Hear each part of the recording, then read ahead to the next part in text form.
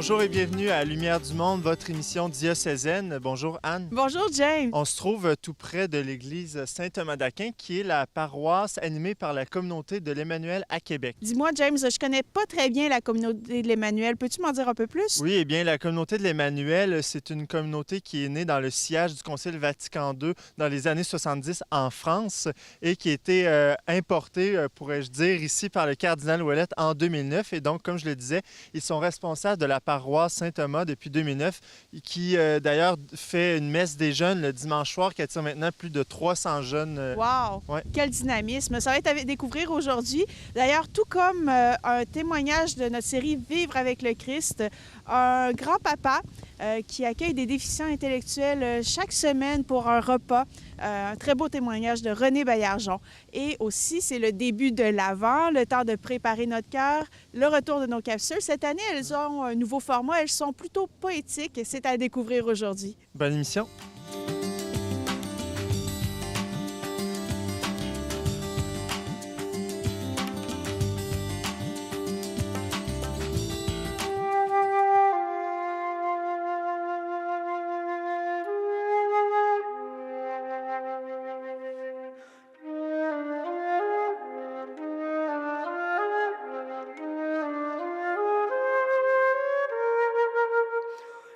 À force de suivre au désert l'homme ami de Dieu, le vent a buriné mon visage et le soleil de tant d'années a desséché mon sein.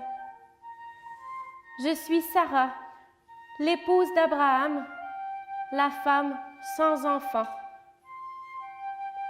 Quand à Mambré, le visiteur a proclamé l'oracle, j'aurai un fils en ma vieillesse.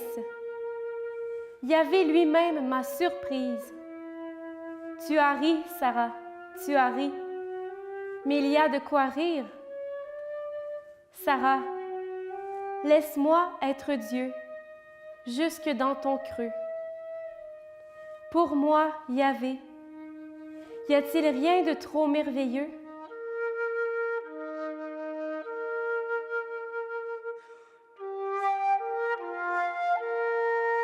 Sur sa parole, en mon sein stérile, la semence d'Abraham a pris corps.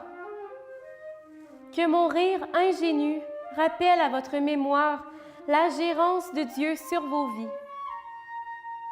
Depuis Mambré, je le sais, l'Éternel est un Dieu surprenant.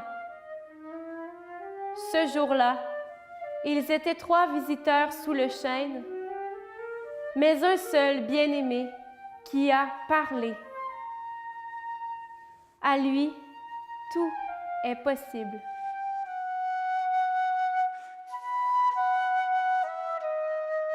Ô mon bon Seigneur, Maître de l'histoire et Dieu de l'impossible, donne-moi de me livrer à ta grâce surprenante et d'obéir à ta sage gérance au quotidien de mes jours.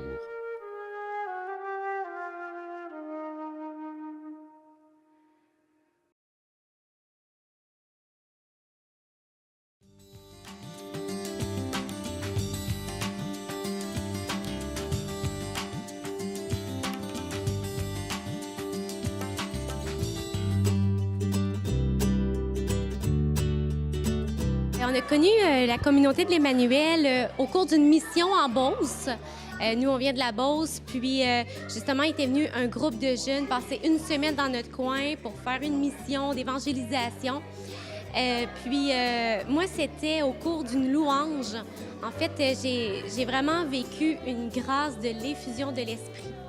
Puis à partir de ce temps-là, pour moi, la communauté, on l'a reconnue comme une autre famille. Ensuite, ça nous a amené des grâces d'évangélisation. En fait, ça m'a aidé à justement mettre Jésus au cœur de ma vie au quotidien, dans mon travail, tu sais, de m'aider à vaincre cette peur-là qui est encore là souvent, mais m'aider à la vaincre, cette peur-là, de parler de Jésus autour de moi. La communauté de l'Emmanuel, c'est une association publique de fidèles, alors qui est née en France dans les années 70, vraiment dans la mouvance du renouveau charismatique, et est installée ici depuis 2007-2008, donc 10 ans maintenant.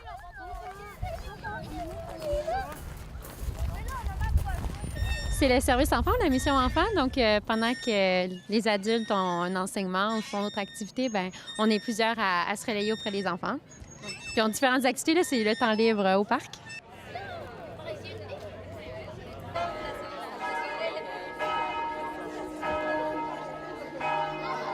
En fait, ce qu'on fait, c'est qu'on vient fêter les 10 ans de la présence de la communauté de l'Emmanuel ici à la paroisse Saint-Thomas d'Aquin. Donc on a invité large avec toutes les personnes qui ont collaboré, participé à des événements organisés par l'Emmanuel depuis qu'on est là. C'est une fête familiale.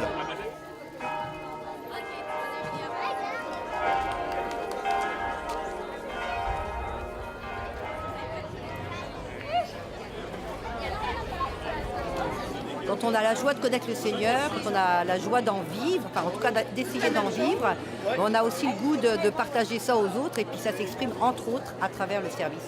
Donc là c'est sûr que comme c'est nous qui célébrons nos 10 ans et puis qu'on a invité plein de gens, pour nous ça paraît comme naturel de se mettre au service de ces gens-là et puis voilà. Eh bien, c'est le cardinal Ouellet qui en 2007 nous a invités à s'occuper d'une paroisse qu'il a bien choisie parce qu'il savait que l'Emmanuel avait une expertise dans la pastorale jeunesse. Et alors, donc, il nous a confié Saint-Thomas d'Aquin juste à côté du campus de l'Université Laval. Et puis, on est arrivé toute une gang. Il y avait déjà un ferment de vie communautaire. Et puis, donc, on a pu mettre en place une belle liturgie, quelque chose d'accueillant. Ça a tout de suite attiré beaucoup de jeunes.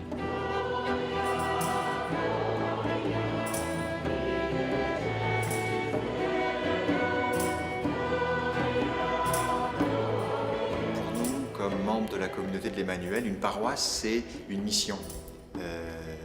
Et les frères et sœurs de communauté laïque, avec qui nous essayons de partager toutes les missions, eh bien, ils sont paroissiens, comme tout autre paroissien. Ils sont comme ce petit levain, ce ferment dans toute la dynamique paroissiale pour nous permettre que cette mission ne soit pas une mission de l'Emmanuel, parce que ça reste une paroisse, mais une mission animée par des membres de l'Emmanuel, avec le caractère de chaque paroisse. Chaque paroisse garde son identité spécifique, mais elle a une touche, elle a comme une couleur Emmanuel à travers ses membres qui sont des paroissiens.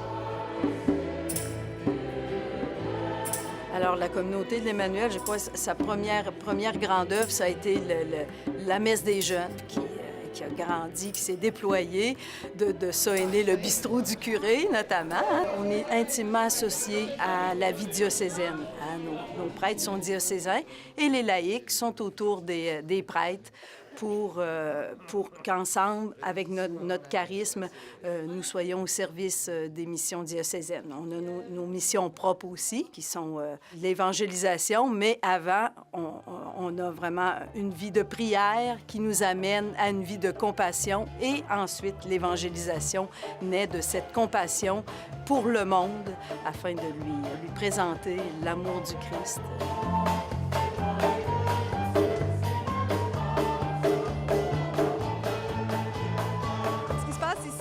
Ce soir, on est à la Basilique Cathédrale, puis on a organisé, dans le fond, c'est notre dernier groupe de prière. Donc, depuis septembre à peu près, pour toute l'année, on a un groupe de prière une fois par mois qui se tient généralement à Saint-Thomas-d'Aquin. Mais là, pour la dernière, on a réuni toutes les forces ici pour faire une soirée d'évangélisation. Donc, il y a une moitié du groupe en ce moment qui loue et l'autre qui est dehors sous la pluie, malheureusement, mais quand même, ils sont vaillants. La première chose qui me frappait, c'est le besoin d'une communauté pour vivre notre foi aujourd'hui.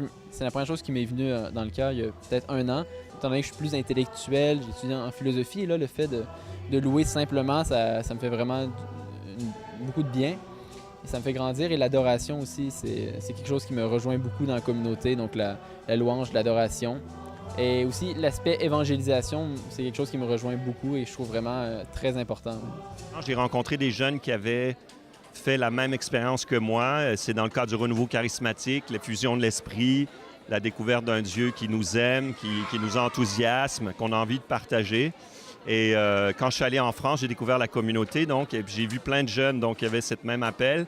J'ai vu des jeunes prêtres, des séminaristes, puis j'ai compris que si je donnais ma vie à Dieu, je ne serais pas seul, je serais avec des frères prêtres, mais surtout avec une grande famille spirituelle qui est faite de de célibataires, de gens mariés, d'enfants, etc. Donc, c'est comme une grande famille et ça, c'est très important aujourd'hui, je pense, parce que dans un monde qui est plus chrétien, il faut vraiment que cette dimension communautaire, elle apparaisse puis qu'elle soit un soutien pour nous, les prêtres.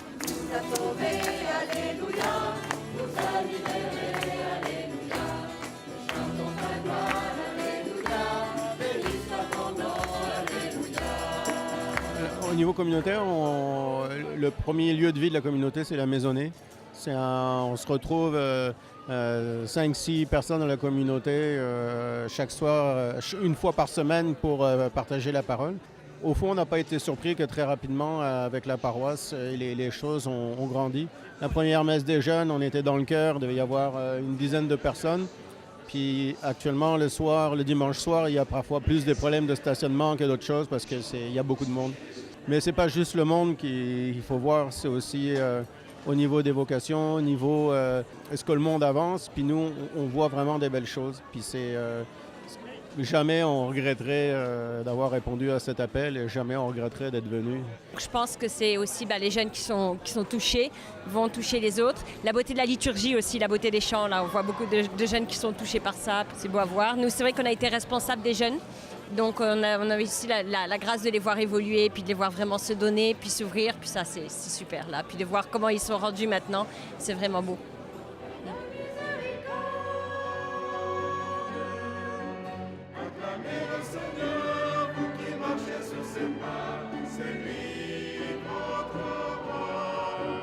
Je cherchais ma vocation. Ça faisait un petit bout que je voulais être prêtre, mais il y avait beaucoup de défis. Moi-même, je suis un peu...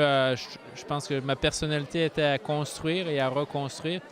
Mais quand j'ai fait un voyage en Europe dans lequel j'ai rencontré la communauté. Et l'une des choses qui m'a frappé assez vite, c'était la joie et en même temps la profondeur. Puis aussi un mélange d'ancien, mais de neuf. Et donc, puis aussi les 3 piliers de la communauté m'avaient déjà interpellé. L'adoration, la compassion, avoir un cœur aimant pour ceux qui souffrent. Puis plus on veut aider les gens qui souffrent, bien, c'est pas ça ce qu'ils ont besoin, c'est Jésus. Et donc, l'évangélisation comme 3e pilier. Mais je sentais que je ne sais pas trop comment faire. Je sais que c'est ça qu'il faut faire, mais comment on fait? Puis de voir qu'il y avait des personnes qui avaient un savoir-faire dans ce sens-là m'interpellait. Et puis aussi l'amour du cœur de Jésus.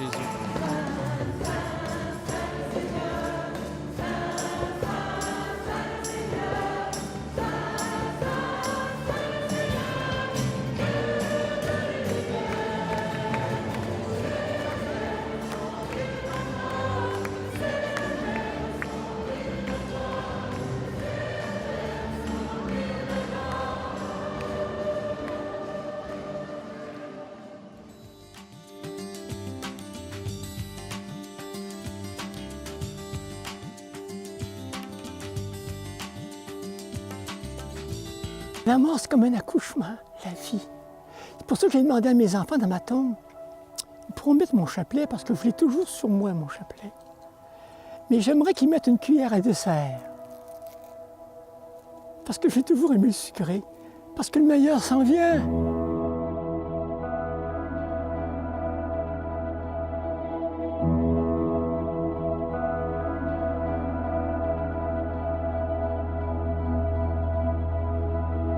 Je m'appelle René Baillargeon, j'ai 80 ans et puis je suis un retraité, bien sûr, depuis longtemps. Je trouve ça beau le mot retraite, on est traité à nouveau, retraité. On est traité d'une nouvelle façon. Hein? C'est un beau temps de la vie, ça aussi. Je suis à l'âge de transmettre, et puis de partager ma joie de vivre. Une belle image que j'ai dans ma famille, c'est la prière du soir. Mon père disait le chapelet, puis il était tellement... Tu sais, des fois, moi, je faisais des folies en arrière un peu, et puis lui, il était concentré. Hein. Je trouvais ça assez beau. J'ai dit, Dieu doit être tellement bon et tellement grand que mon père soit à genoux pour lui parler. On était 10 enfants, on gardait nos grands-parents. Et puis, j'ai eu la chance de vivre dans une maison bigénérationnelle. Ensuite, je suis allé au collège de Lévis, pensionnaire au patron de Lévis. J'ai eu la chance de vivre auprès des religieux de Saint-Vincent-de-Paul que j'ai beaucoup admirés. Je rêvais de devenir missionnaire, prêtre, mourir martyr. Puis je me suis rendu compte comme le Seigneur est bon. Hein. Il me semble que je réalise cet idéal-là. Hein. Je suis prêtre par mon baptême. Je suis missionnaire, bien, puis je change de place. Puis, comme enseignant, on change d'école. C'est être missionnaire, ça. Mourir martyr, bien, c'est un peu à chaque jour qu'on donne sa vie. Hein. Comme là, ce midi, je vais accueillir des gens. C'est donner de son temps, donner de son amour. Alors, je trouve que mon idéal se réalise pleinement. Je suis comblé, hein.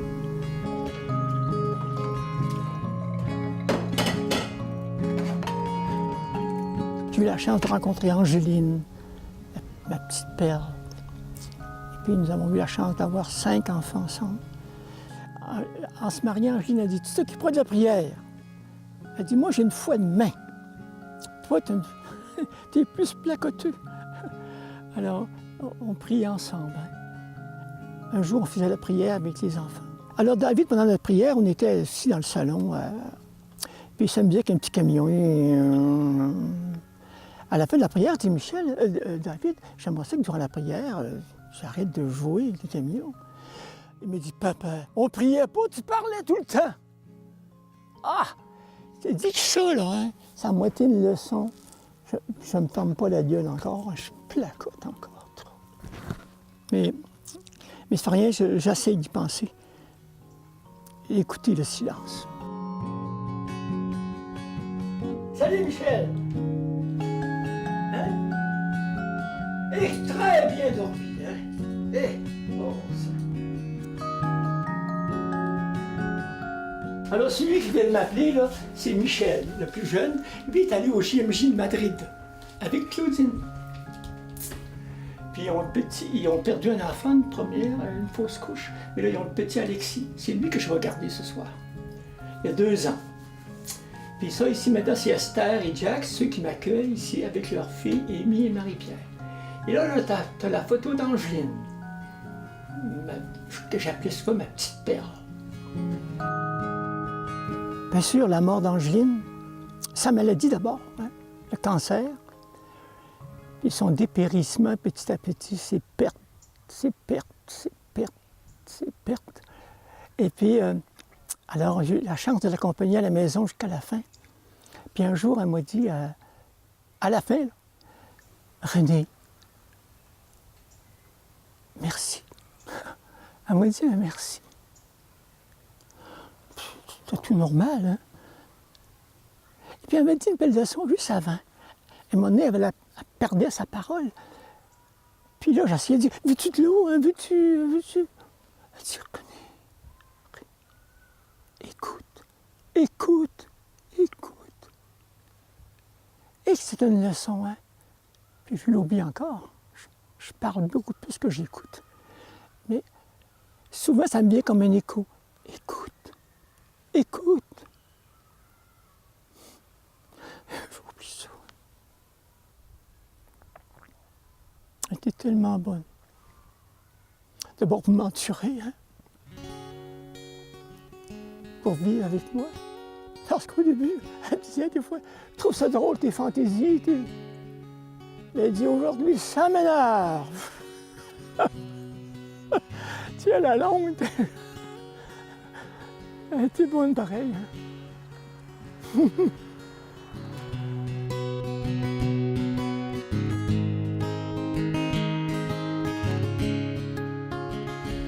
Ce midi, là, on va être 6-7 personnes, hein?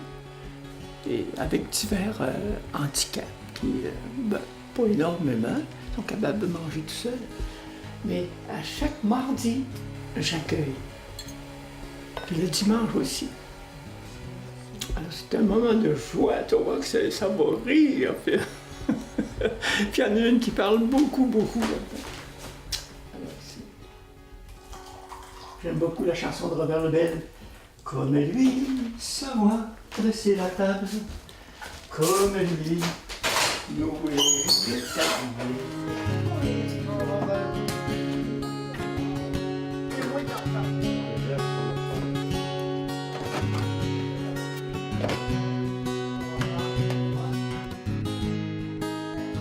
Puis souvent, je fais cette prière le matin. Je voudrais donc faire ta volonté, Seigneur, à la manière de Jésus qui vivait parmi nous. Accueillir, aimer,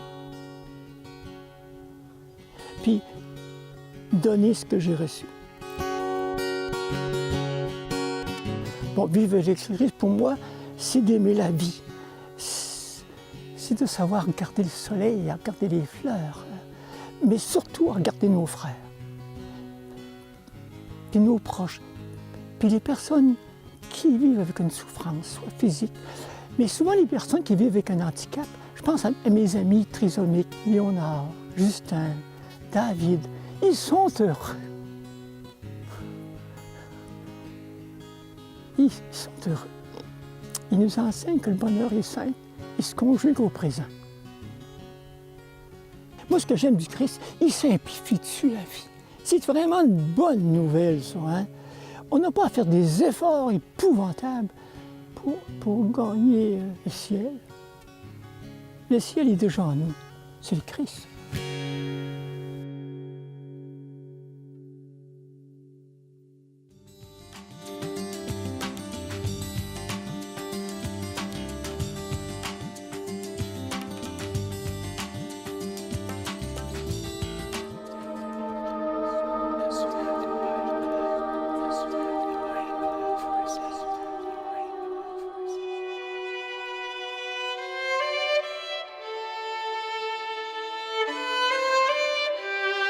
Le tout jeune homme, à la tignasse rousse, à la voix chaude et aux doigts agiles, joue sur la harpe à 10 cordes un psaume pour Yahvé qu'il aime tant. Et son chant d'amour bouleverse le cœur de Dieu. En Ephrata, dans la solitude du berger, David se fortifie. Et l'Éternel veille sur cet enfant bien-aimé.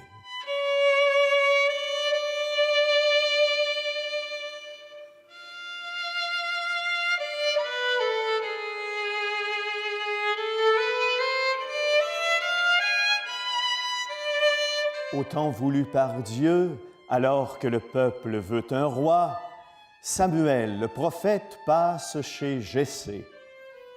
Ils ont tous belle apparence, ces 7 fils, mais nul d'entre eux n'est désigné pour accéder à la royauté.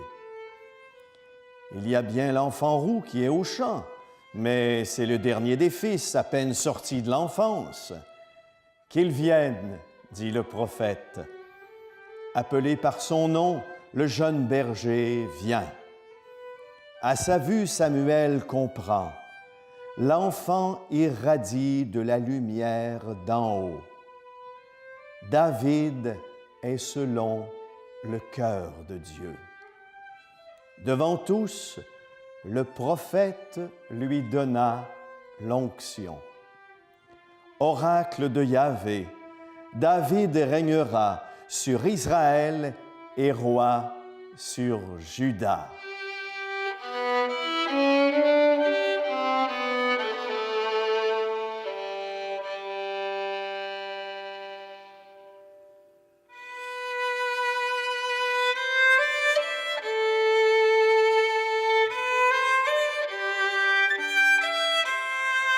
Seigneur, donne-nous la grâce de te rencontrer à l'intime, de répondre quand tu nous appelles. Accorde-nous de ne jamais juger sur les apparences et de marcher selon tes voies en chantant tes louanges.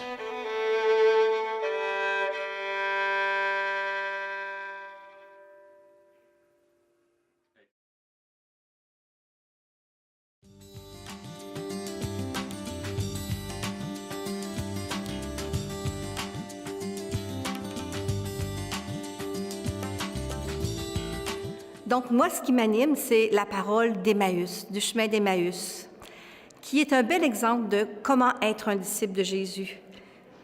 Ce Jésus qui se joint aux disciples, Jésus qui écoute le quotidien du disciple et ses inquiétudes, Jésus qui se révèle aux disciples, et ensuite la joie qui émerge dans le cœur des 2 disciples qui fait qu'ils sont partis annoncer que Jésus était encore vivant.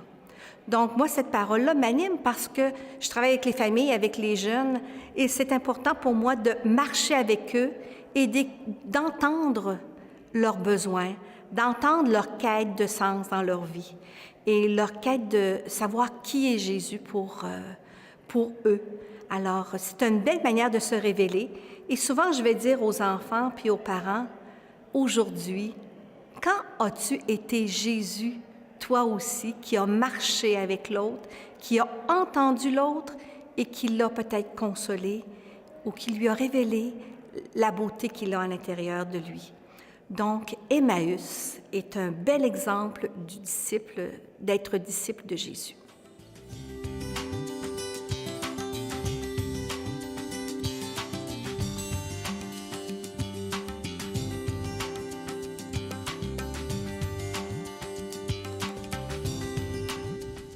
Alors, James, tu es nouvellement papa. Noël, dans quelques semaines, va prendre une couleur toute particulière. Oui, c'est certain. En plus, nouvelle famille dans une nouvelle maison, donc plus de place pour préparer et accueillir les familles pour Noël. Tout à fait. Puis à travers la course matérielle pour se préparer à toutes les festivités, il ne faut pas oublier de prendre le temps pour se reposer le cœur, pour se nourrir afin d'éventuellement nourrir les autres. Et les capsules de l'Avent, vraiment, qu'on va vous présenter comme ça jusqu'au 4e dimanche, sont une belle occasion de revisiter l'histoire du salut qui nous est apportée par l'enfant Jésus à Noël. La semaine prochaine, à l'émission, on explore la notion de vivre ensemble à la lumière de la Bible. On découvre le camp Emmanuel animé par les brebis de Jésus et on fait le retour sur la rencontre mondiale des familles qui a eu lieu à Dublin. Une très belle semaine à vous.